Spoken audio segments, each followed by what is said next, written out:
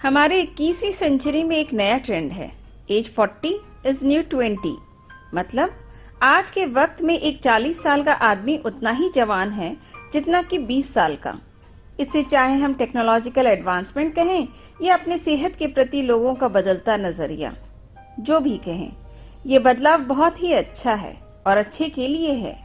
ये नजरिया है हमारे बदलते समाज का, पूरी जिंदगी अपनों के लिए जीने के बाद खुद के लिए जीने का, खुद को खुशी देने का। जिंदगी तो आनी जानी है, सेहत की भी अपनी मनमानी है। क्या सोच सोच खुद को जला रहा है तू? हंसते मुस्कुराते इस जिंदगी को जीना सीख ले तू, क्योंकि जिंदगी में एक तरफ खुशी है तो दूसरी तरफ खामोशी है। लेकिन इस बदलाव की रफ्तार बहुत ही धीमी है। आज कई घरों में बड़े बुजुर्ग उदासीनता और अकेलेपन से घिरे हुए हैं। जिंदगी जीने का तजुर्बा दर्शाती उनके चेहरे की झुर्रियां और सिर पर सफेद बाल, उनके कांपते हाथ, उदास और खाली आंखें, मानो किसी को तलाश रही हूं, किसी का इंतजार कर रही हूं, शायद अपनों के वक्त का या फिर अपनी मौत का। कहते हैं घर में बड़ों का आशीर्वाद होना जरूरी होता है, लेकिन जिंदगी की रेस में भागते भागते हम उन्हें कहीं पीछे छोड़ आते हैं। उनका हर पल हमारा होता है, मगर हमारे पास उनकी खामोशी सुनने को भी वक्त नहीं होता। उनकी हर दुआओं में हम होते हैं, पर हमारी एक दुआ भी उनके लिए नहीं होती। हम कैसे एहसान फरामोश हैं, जिसे न शर्म है न होश है। इस भागती दौड़ती जिंदगी में हम उसे अकेला छोड़ आए जिसने हमें संभाला है। ऐ जिंदगी, बस यही हमारा दोष है, बस यही हमारा दोष है।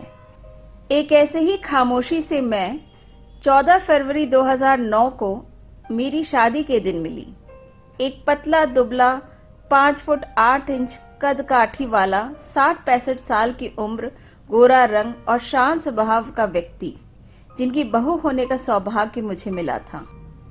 आज के दौर में जहां हर कोई अपनी आवाज खुद के लिए उठा रहा है, कोई अपनी आवाज बहस करने या दूसरों की बुराई करने या लड़ाई करने में लगा रहा है, वहीं इस दुनिया के एक छोटे से कोने प्रयागराज में अपने आसपास की सारी बुराइयों को नजरअंदाज कर एक खामोशी अपने छोटों और बच्चों पर बड़प्पन लुटा रहा था। आज वो हल्की सी खामोशी पूरी तरह से खामोश हो गई।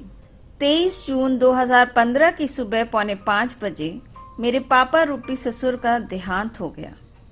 लेकिन मेरा मन दुखी होने के साथ साथ शांत था, मानो कह रहा हो कि पापा हमें मझधार में अकेला छोड़ इस सागर रूपी जिंदगी को पार कर गए, उन्हें मुक्ति मिल गई। वैसे तो कबूतर हमारे देश में शांति और प्रेम का प्रतीक हैं, पर मेरे ससुराल में पापा शांति और उदारता का दूसरा नाम थे। सच, ऐसा व्यक्तित्व मैंने अपनी जिंदगी में कभी नहीं देखा था, जो अपने अकेलेपन और दर्द से लड़ते हुए भी इतना शांत और धैर्य से भरा हुआ था। आखिरी वक्त में पापा को हॉस्पिटल में देख मेरे दिल ने कहा, जिंदगी के पलों को समेटते समेटते एक दिन ये जिंदगी खुद इन पलों में सिमट जाती है। जिस इंसान ने अपनों की जिंदगी को सांसें दी, आज वो खुद की सांसों के लिए मौत से लड़ रहा है। दूसरे दिन दोपहर होते होते पापा घर आ गए, लेकिन इस बार वो आए नहीं, लाए गए थे। अक्सर किसी के मरणों उपरांत उस इंसान के लिए अच्छी बातें कही जाती हैं, फिर चाहे वो बातें सच में जज्बाती होती हैं या फिर सामाजिक होती हैं। लेकिन आज सबकी आंखें नम थीं, गमगीन थीं। आज हर कोई अपने पिता, भाई, चाचा, बड़े पापा, बाबा को ढूंढ रहा था। हर किसी के जुबान पर उनकी बातें थीं। हर तरफ पापा के जाने का गम और मायूसी थी। इन सब के बीच मेरी नंद दीदी ने मेरे पति नीरज से कहा, नीरज, पापा हमेशा के लिए जा रहे हैं, जाकर उनका पैर छू लो।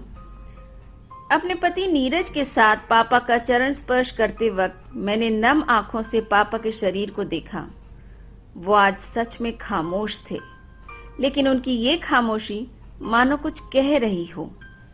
बहुत जी लिया था मैंने, अब मैं चलता हूँ। सब कुछ देख लिया था मैंने, अब मैं चलता हूँ। ये दर्द सहा नहीं जा रहा मुझसे, अब मैं चलता हूँ। अकेलेपन से दूर तुम्हारी अम्मा के पास, अब मैं चलता हूँ। आज भी पापा ने हमें खाली हाथ नहीं छोड़ा है। हमें बड़ा होने के साथ साथ बड़प्पन की सीख भी सिखा गए हैं।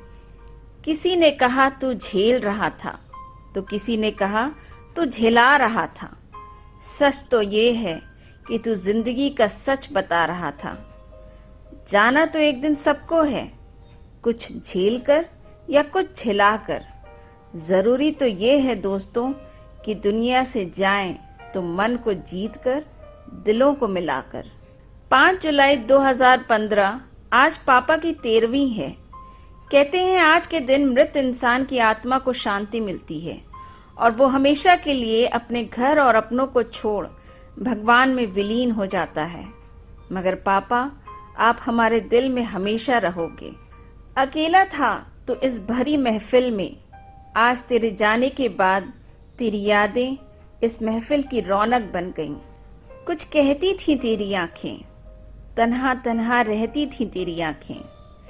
बहुत सी बातें थी उन आंखों में, बहुत सी यादें थी उन आंखों में। मगर अफसोस, न तुम बोल पाए और ना हम समझ पाए। ना जाने क्यों खामोश रहती थी तेरी आंखें।